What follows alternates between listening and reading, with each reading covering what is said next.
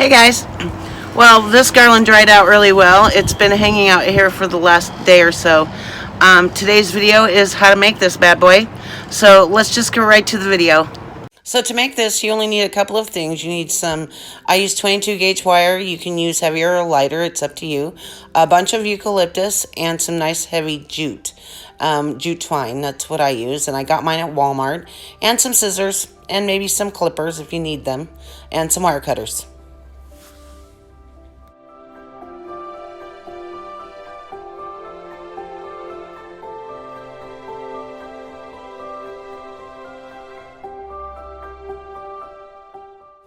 So you just take your eucalyptus and you grab one stem at a time.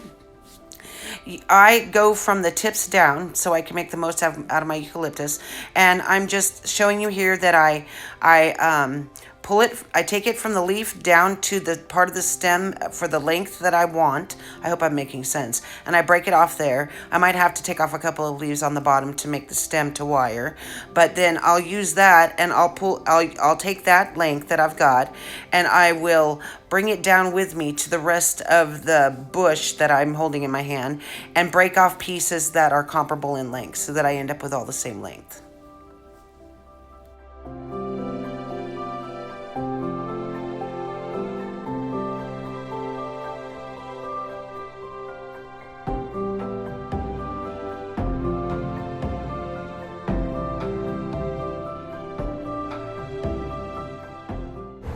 So I take each piece that I have, each little bunch that I make, and I wrap them with wire to secure them.